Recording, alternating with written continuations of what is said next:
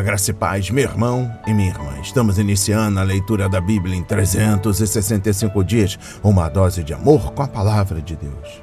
Hoje, no 277º dia, trago para leitura e comentários bíblicos os livros dos profetas Jeremias, capítulo 21 e capítulo 22, livro do profeta Oséias, capítulo 11, dos versículos 1 a 11, e o livro do apóstolo Lucas, capítulo 1, versículos 57 a 80.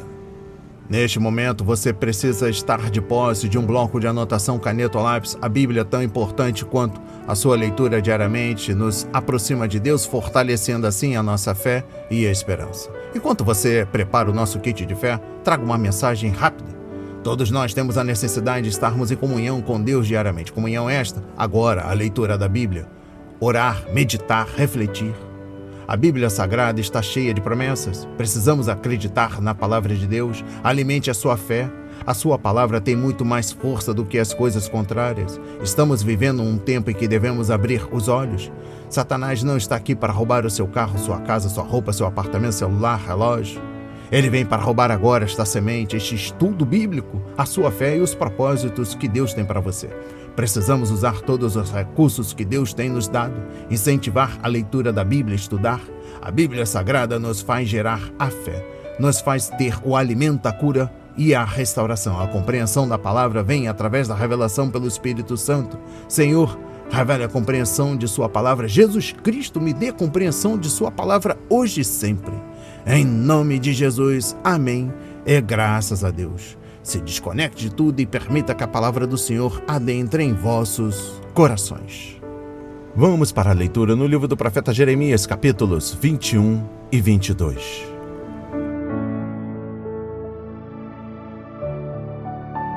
Jerusalém será destruída. Palavra que foi dita a Jeremias da parte do Senhor, quando o rei Zedequias lhe enviou Pazur, filho de Malquias, e o sacerdote Sofonias, filho de Maazéias. Pergunte por nós ao Senhor por que Nabucodonosor, rei da Babilônia, está fazendo guerra contra nós. Talvez o Senhor nos trate segundo todas as suas maravilhas e faça com que o rei se retire de nós.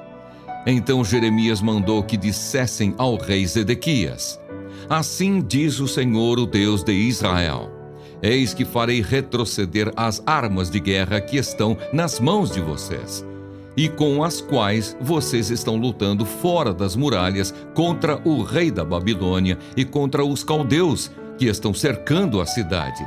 Essas armas eu as ajuntarei no meio desta cidade. Eu mesmo lutarei contra vocês com braço estendido e mão poderosa, com ira, com indignação e grande furor.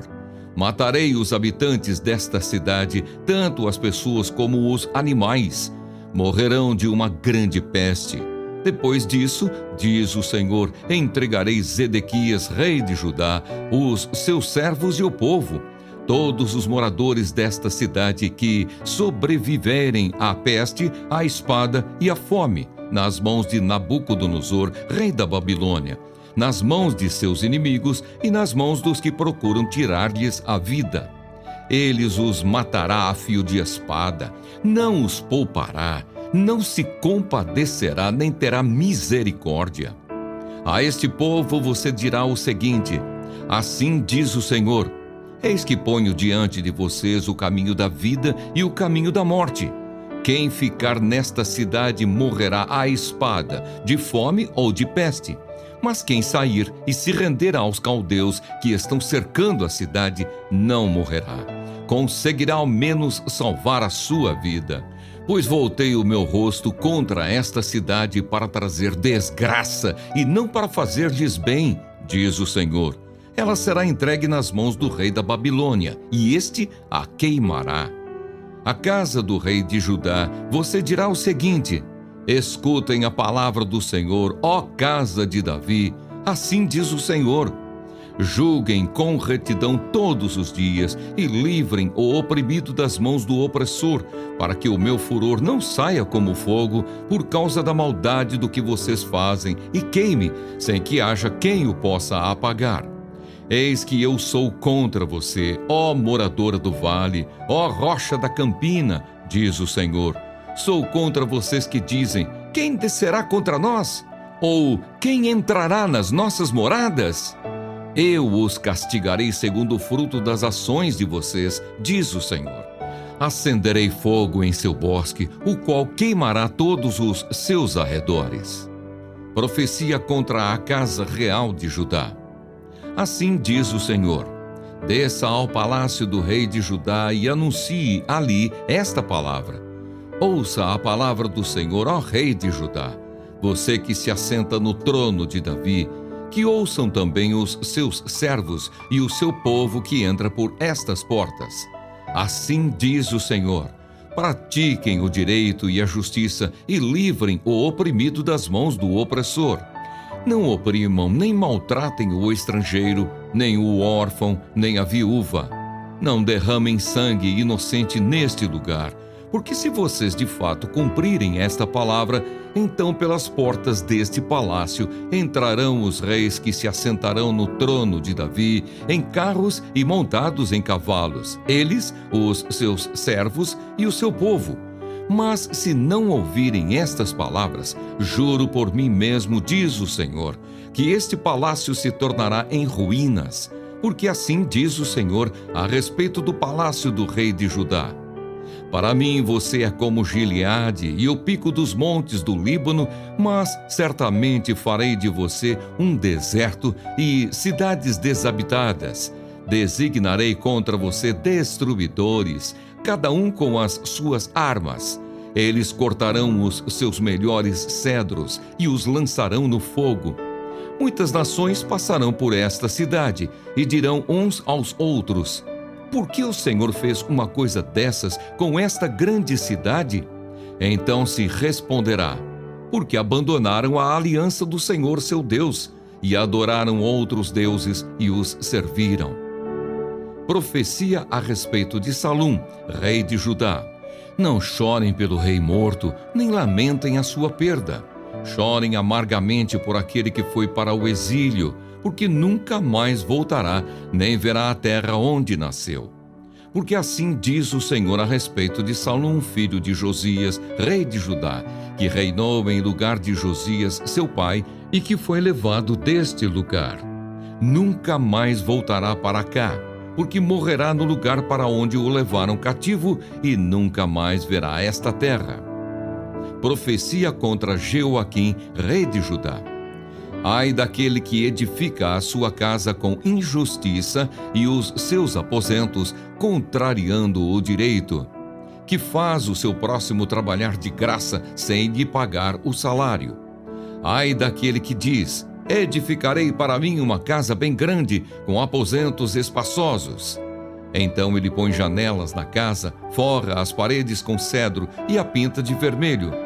Você acha que reinará só porque compete com outros no uso de cedro? Por acaso o seu pai não comeu e bebeu e não praticou o juízo e a justiça? Por isso tudo lhe corria bem. Julgou a causa do aflito e do necessitado, e tudo lhe corria bem. Por acaso não é isso que se chama conhecer-me? Diz o Senhor. Mas os seus olhos e o seu coração estão voltados somente para a ganância, para derramar sangue inocente e para levar a efeito a violência e a extorsão. Portanto, assim diz o Senhor a respeito de Jeoaquim, filho de Josias, rei de Judá: não o lamentarão dizendo: ai, meu irmão, ou ai, minha irmã. Nem o lamentarão dizendo: ai, Senhor, ou ai, majestade. Como se sepulta um jumento, assim o sepultarão. Será arrastado e lançado para bem longe, para fora dos portões de Jerusalém. Suba ao Líbano, ó Jerusalém, e grite. Erga a sua voz em Bazã e grite desde Abarim, porque todos os seus amantes estão esmagados. Falei com você na sua prosperidade, mas você disse: não ouvirei.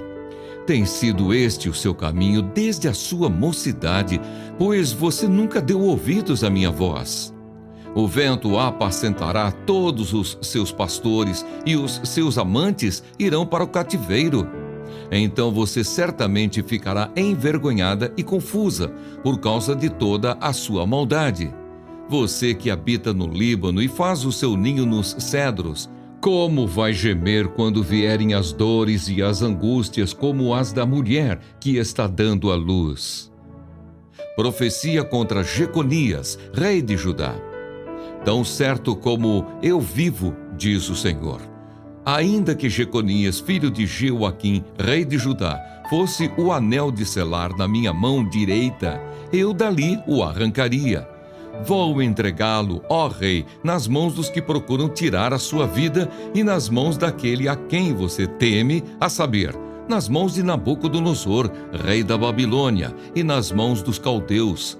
Lançarei você e a sua mãe que o pôs no mundo para outra terra, em que vocês não nasceram, e ali morrerão, mas a terra da qual eles terão saudades, a essa não voltarão.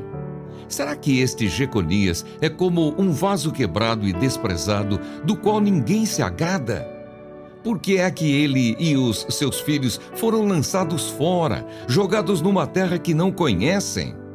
Ó terra, terra, terra, ouça a palavra do Senhor. Assim diz o Senhor: registrem que esse homem não teve filhos.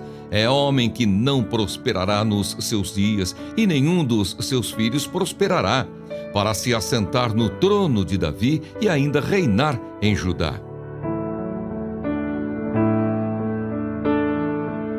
Amém.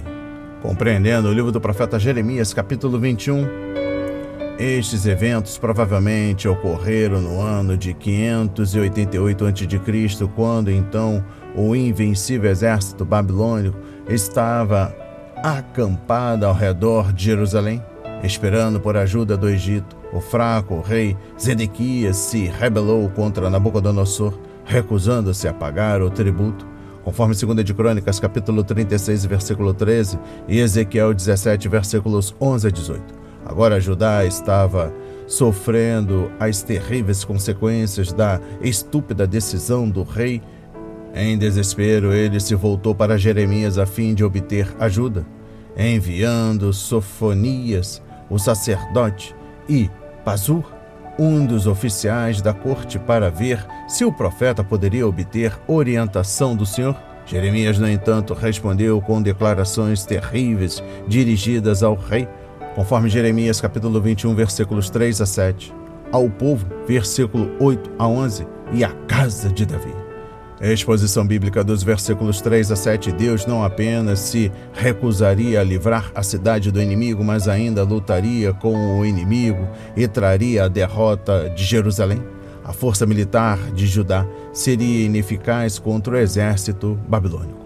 Compreendendo o versículo 5, o Senhor usou palavras fortes como lutar, ira e furor para descrever sua disposição contra seu povo. No entanto, essas palavras faziam parte de sua aliança com o povo e a nação conhecia os termos do pacto. Deus repetidamente havia advertido os judeus de que a desobediência despertaria sua ira e o forçaria a fazer o julgamento sobre a terra. Mas os líderes não deram ouvidos. Eles preferiam ídolos mortos ao Deus vivo e deram mais importância ao poder político do que a palavra do Senhor. Exposição bíblica dos versículos 8 a 10. O rei não tinha esperança, mas o Senhor sim oferecia esperança ao povo caso se rendesse a Nabucodonosor.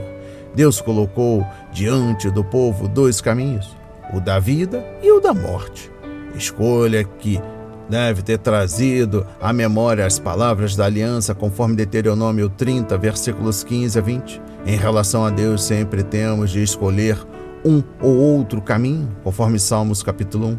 Ser neutro em relação a Ele é impossível. Compreendendo o versículo 8, como o povo de Deus hoje, precisamos perceber que a única resposta segura e sadia à mão disciplinadora do Senhor é a submissão. Além disso, tínhamos pais humanos que nos disciplinavam e nós os respeitávamos. Quanto mais devemos submeter-nos ao Pai dos Espíritos. para assim vivermos, conforme Hebreus 12, versículo 9. Isso implica que podemos morrer se não nos submetermos à vontade de Deus.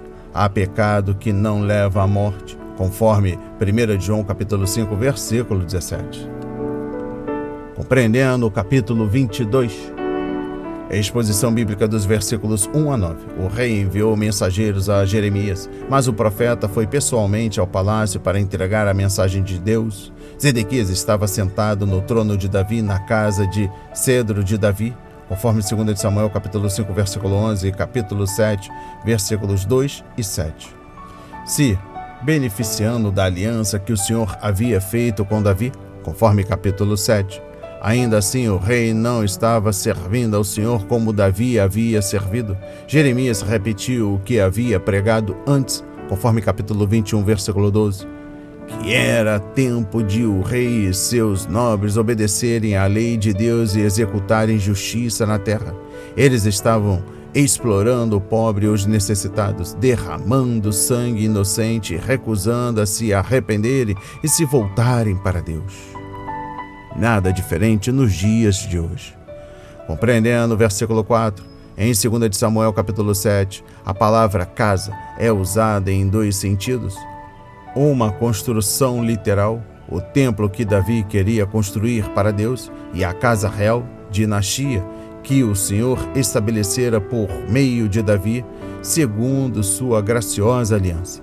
Esses mesmos dois significados estão entremeados na mensagem de Jeremias. Deus iria destruir tanto o palácio real como a dinastia de Davi por causa dos pecados dos reis. A casa real de cedro seria colocada abaixo e queimada quando os soldados caldeus percorressem a cidade, como a floresta do Líbano sendo derrubada por homens. Continuando, exposição bíblica dos versículos 10 a 12. A morte do piedoso rei Josias, uma década antes, havia trazido grande tristeza ao povo. Jeremias, inclusive, escreveu uma lamentação honrando o monarca morto, conforme 2 de Crônicas, capítulo 35, versículo 25. Mas nenhuma esperança viria à nação por olhar para trás e lamentar sobre um passado morto. Também não havia esperança em acreditar que o rei Jeoacás, Salum, conforme versículo 11, seria libertado do Egito, onde ele era prisioneiro do faraó Neco, conforme 2 de Crônicas, capítulo 36, versículos 1 a 4.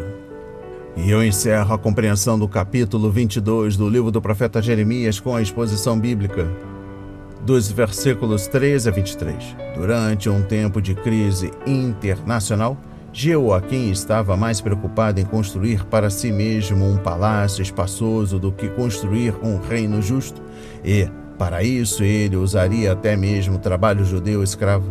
Reter salários e escravizar compatriotas judeus era contra a lei. Referência Êxodo 21, versículos 1 a 11, Levítico 19, versículo 13, Deuteronômio 24, versículos 14 a 15, Tiago 5, versículos 1 a 6. A nação estava decaindo e morrendo, enquanto o rei ficava admirando seu palácio, com seus quartos espaçosos, janelas largas e paredes decoradas com painéis de cedro. Jeoaquim não era muito diferente dos políticos atuais, que lucram com o ganho desonesto e ignoram o clamor do pobre e do necessitado. Vamos para a leitura no livro do profeta Oséias, capítulo 11, dos versículos 1 a 11.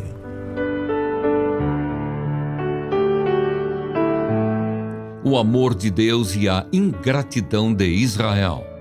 Quando Israel era menino, eu o amei, e do Egito chamei o meu filho. Quanto mais eu os chamava, tanto mais se afastavam de mim. Sacrificavam a Baalins e queimavam incenso às imagens de escultura. Mas fui eu que ensinei Efraim a andar.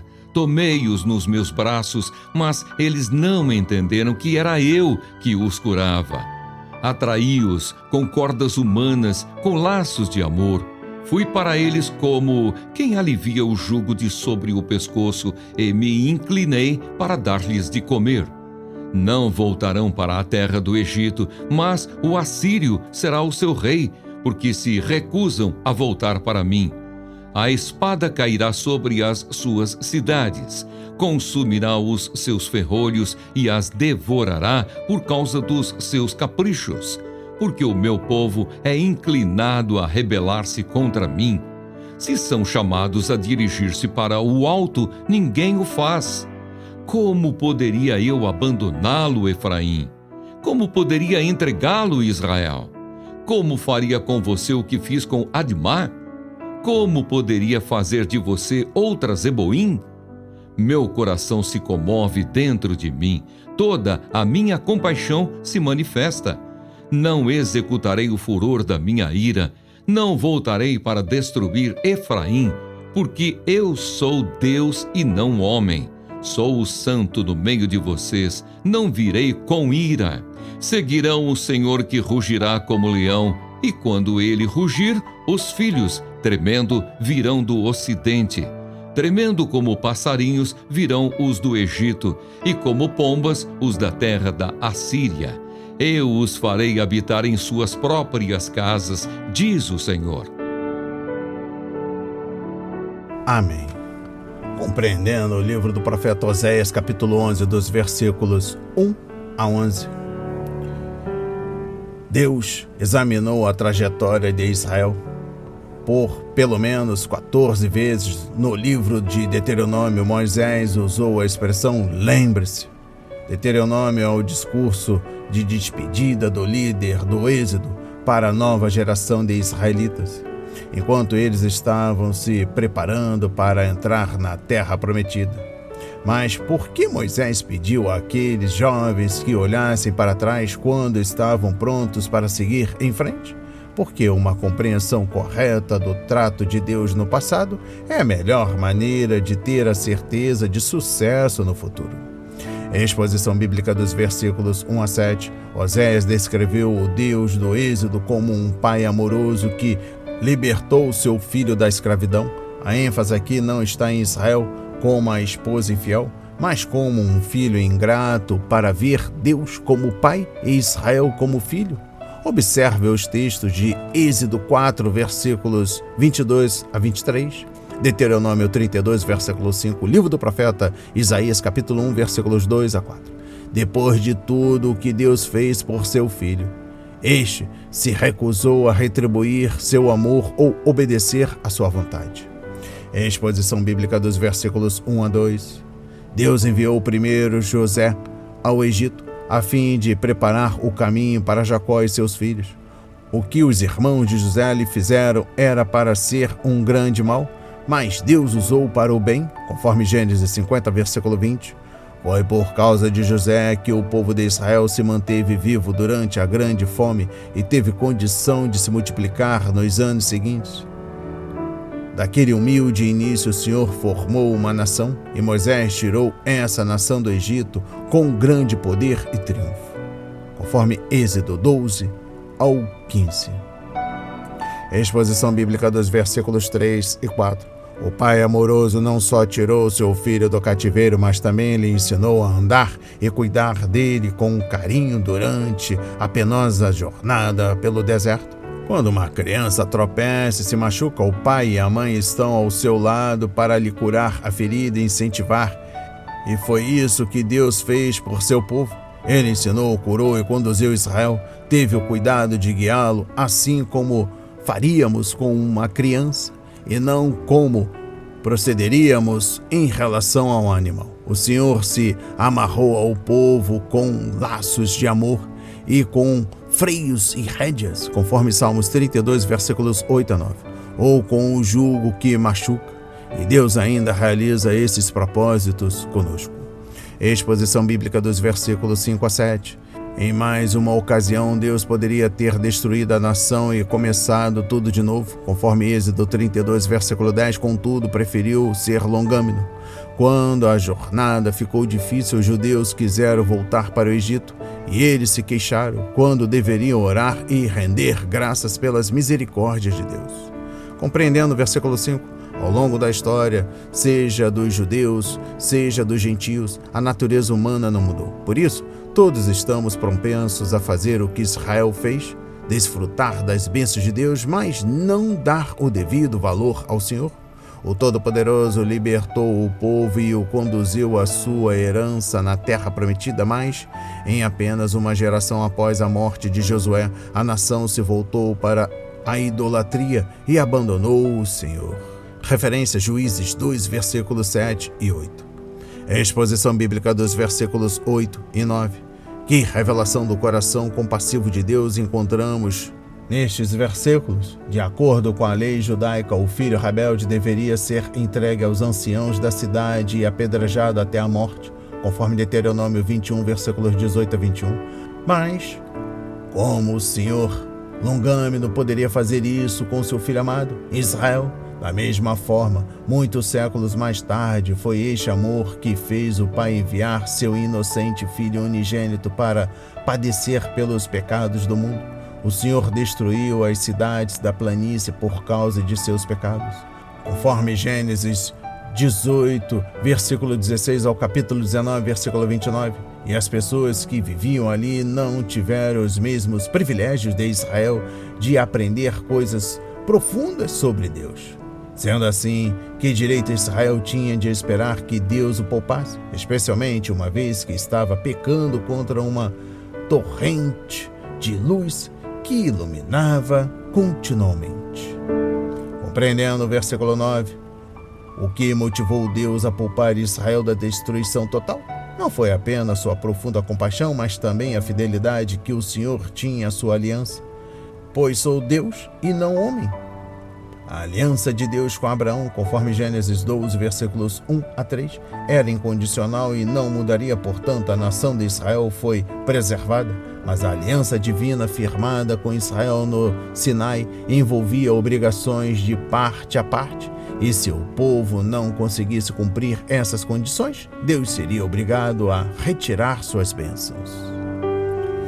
E eu encerro a compreensão do livro do profeta Oséias, capítulo 11, dos versículos 1 a 12.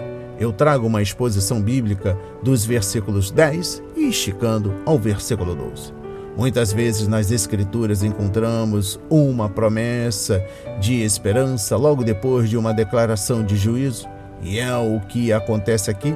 Oséias olhou para o fim dos tempos à frente, quando Israel seria reunido de todas as nações, trazida para a própria terra, purificado de seus pecados e estabelecido em seu reino. Aleluia! Vamos para a leitura no livro do apóstolo Lucas, capítulo 1, dos versículos 57 a 80. O nascimento de João Batista. Quando chegou o tempo de Isabel dar à luz, ela teve um filho. Os vizinhos e parentes ouviram que o Senhor tinha usado de grande misericórdia para com Isabel e se alegraram com ela. Aconteceu que no 8º dia foram circuncidar o menino e queriam dar-lhe o nome de seu pai, Zacarias. Mas a mãe do menino disse: "De modo nenhum, ele será chamado João." Disseram-lhe: "Mas você não tem nenhum parente com esse nome." Fizeram sinais, perguntando ao pai do menino que nome queria que lhe dessem. Então, pedindo uma tabuinha, ele escreveu: "O nome dele é João." E todos se admiraram. Imediatamente a boca de Zacarias se abriu e a língua se soltou. Então começou a falar, louvando a Deus.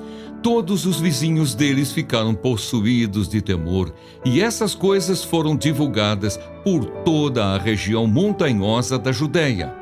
Todos os que as ouviram guardavam-nas no coração, dizendo: "O que virá a ser este menino?" E a mão do Senhor estava com ele. O cântico de Zacarias. Zacarias, o pai de João, cheio do Espírito Santo, profetizou, dizendo: Bendito seja o Senhor Deus de Israel, porque visitou e redimiu o seu povo e nos suscitou plena e poderosa salvação na casa de Davi, seu servo, como havia prometido desde a antiguidade por boca dos seus santos profetas, para nos libertar dos nossos inimigos e das mãos de todos os que nos odeiam, para usar de misericórdia com os nossos pais e lembrar-se da sua santa aliança e do juramento que fez a nosso pai Abraão, de conceder-nos que, livres das mãos de inimigos, o adorássemos sem temor, em santidade e justiça diante dele todos os nossos dias.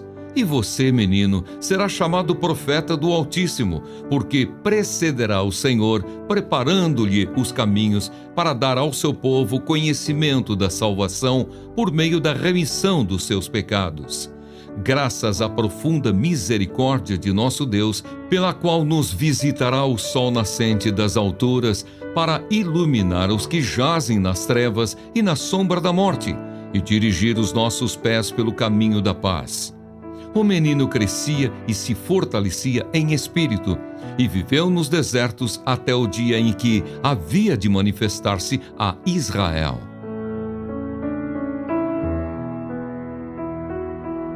Amém.